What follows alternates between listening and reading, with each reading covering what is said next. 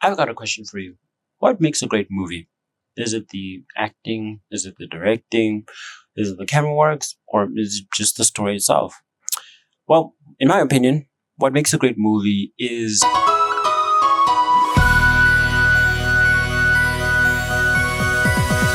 the music is what carries the movie emotionally and impactfully. It gives the movie that kind of drive to make the audience feel like they're actually part of the moment, and also give the audience that emotion that the characters themselves are going through. In this video, I'm going to do a list, like a ranking of movies that have quite good music, and how that music, or even the soundtrack itself, where there's like lyrics and that kind of stuff, how the music and the soundtrack impacts the movie into what it is, and how it, emotional, what, I'm tired of speaking.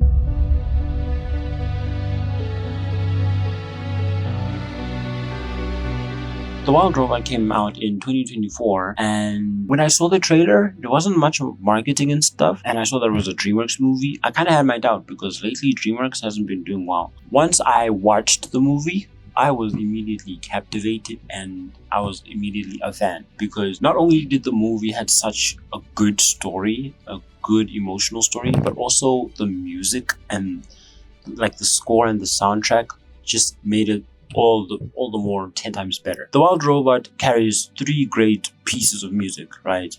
Which one was the score, and the other one were 2 songs by Maren Morris. The score that basically captivated me the most was the score called Can I Get a Boost? Where in the movie, when the score pops up, the main character, who is a robot, her name is Roz, after a few months of taking care of a gosling, she finally accepts that it needs to fly away and takes it to its migration spot so it can fly away. At the field, while they were preparing to fly away, the 2 characters have like a conversation. I could use a boost.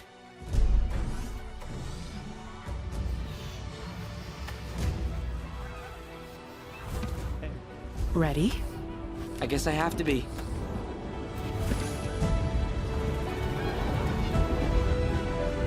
I can't really show all of this because copyright infringement. It's such a great scene because we can feel the emotion of the robot when she lets go of the gosling. This score is just honestly the best. I don't know what else to say other than it actually gave me that emotional impact, that feeling of she's done so much for this bird and she's actually accomplished what was impossible. She overrided her own code so that she can accomplish the impossible, something that a robot cannot do, Now with the music, one of the songs plays a bit earlier before the scene I just mentioned. It's called Kiss the Sky, where Roz and the gosling are doing a flight training, where she's training the bird to fly so that it can be prepared for its migration. The song Kiss the Sky basically is basically like encouraging like the bird to fly.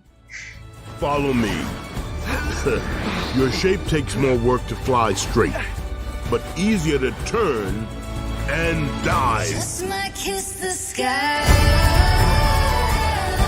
It's such a good song to like, I don't know how to explain. I just downloaded it on my YouTube Music, so I literally listen to it when I walk. But the best one comes towards the end of the movie, called Even When I'm Not. The song basically means that Roz, the robot, will be with the goose even when she's not. Hence why the song is called Even When I'm Not. She will be there even when she's not. Such great poetry. Next up is Oppenheimer, a very serious movie, and yet a movie with a score that fits well with the movie. I'm only going to talk about one score, which is Can You Hear the Music?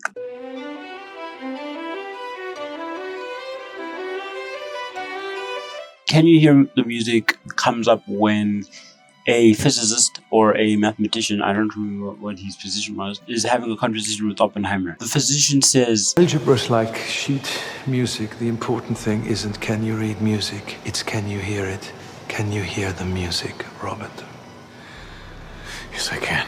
This is when we go through a series of montages in the movie, and we see Oppenheimer basically trying to come up with like an equation for some kind of formula, or for some kind of equation. I don't know. He's trying to do some calculations for an equation. I think he was trying to like understand atoms, because this is before it was mentioned that the Germans split the atom. So I think he was trying to understand and do like a calculation for what an atom is, how an atom works, and how it basically is in our day-to-day whatever.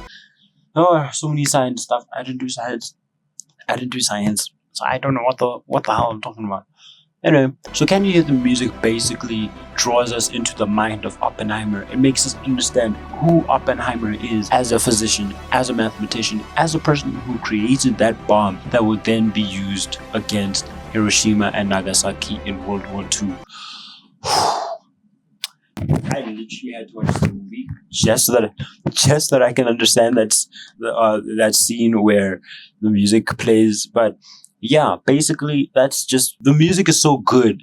Like Ludwig Göransson, I made a video about him already, but Ludwig Göransson is just, hands down the best like composer. He is the best composer to ever exist in our generation. Like, yeah, there are better ones from before, but nah.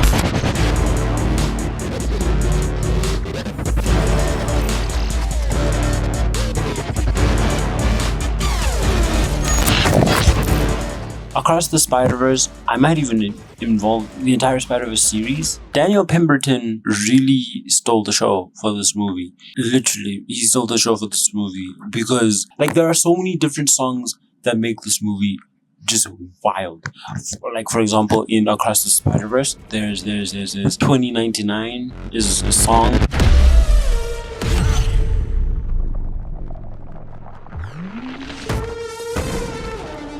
There's the chase scene songs. The song before we find out that Miles is in the wrong universe, Into the Spider-Verse. There's the Prowler score. There's the score where they like, it's just a leap of faith. They're like, oh my gosh.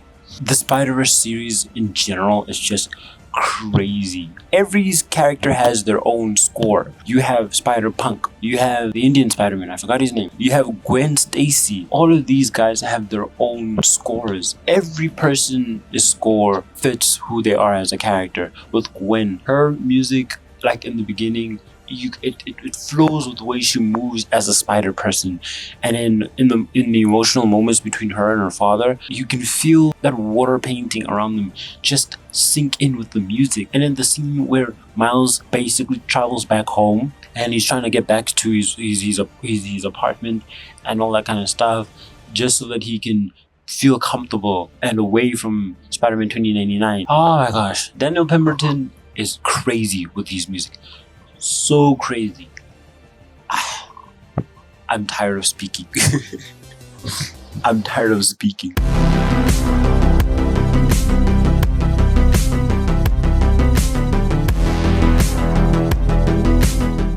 I think this is the only time a series is going to be on this list, but Stranger Things is crazy. Stranger Things has great music, especially the intro. Every time I watch the show, I do not skip the intro because I want to get my mind ready for this 1980s crazy action that's gonna happen, you know. However, the show obviously plummeted towards the end, like season 5.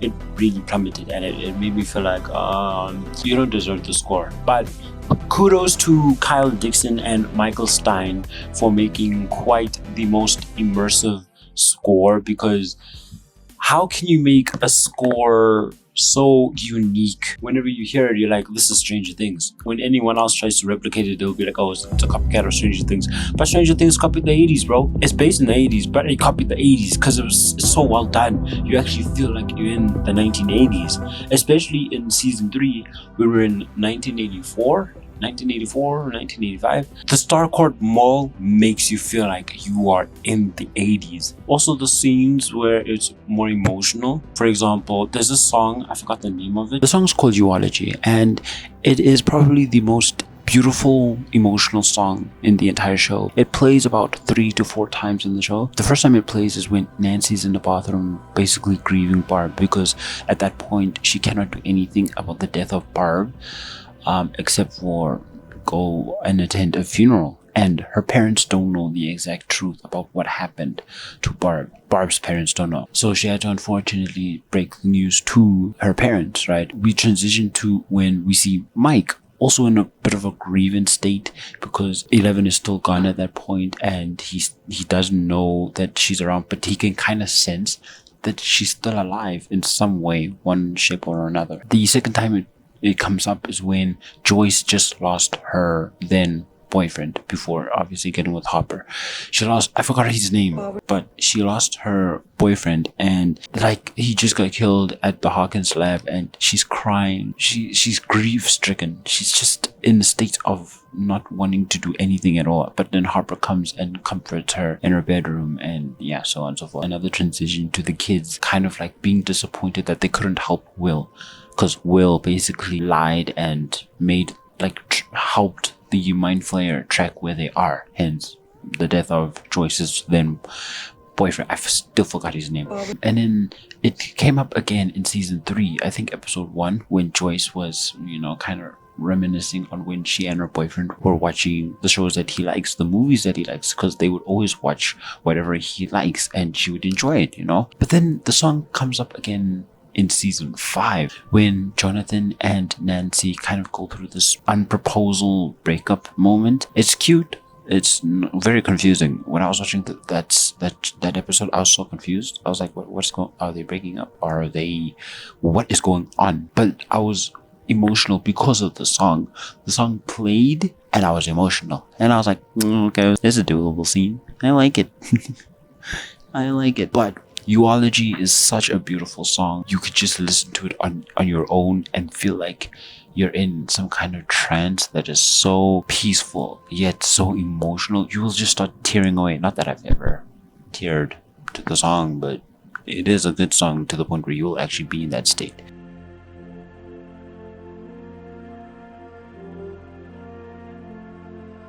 How to Train Your Dragon. Now, I have to say, DreamWorks was on fire with this movie.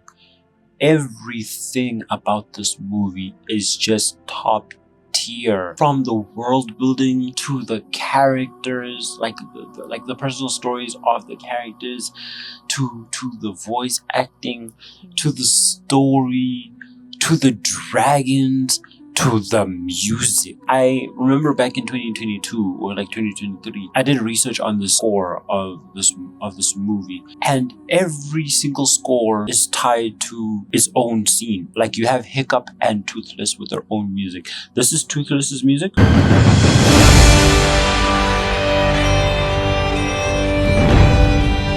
This is Hiccup's music.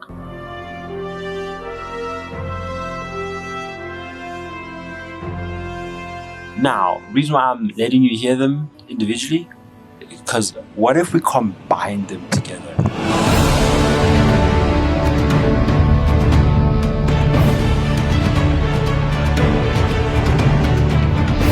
John Powell really cooked with this music. John Powell cooked. It even came to a point where I could actually listen to the entire score of the movie. From the first part of the movie to the ending of the movie, I can just listen to the entire score. But the parts that I like the most is the training parts, where Hiccup is actually getting attention for the way he's training, the test driving scene, and the romantic flight. Oh my gosh, what a beautiful movie. How to Train Your Dragon is the best movie. If you want to learn about music and scores, go to How to Train Your Dragon. How to Train Your Dragon is going to teach you all of that kind of stuff. I think that's about it. How to Train Your Dragon, it's the reason why I started to listen to the score of a movie to know why this movie is what it is. But a movie with a terrible score is a terrible movie, but a movie with a great score is a good movie. So in that case, let me give you my own score. Very simple, very oblique, but it's my score, and it's a score that I will patent, copyright, for my own use so that no one else can use it. But yeah, this is my score. Hope you like it. I'm gonna probably do a video about musicals in the future. But yeah, also I don't really like doing this, but please can you like and subscribe, and also leave a comment on what kind of video I should do next. But yeah, I'm gonna see y'all guys in the next one. Peace.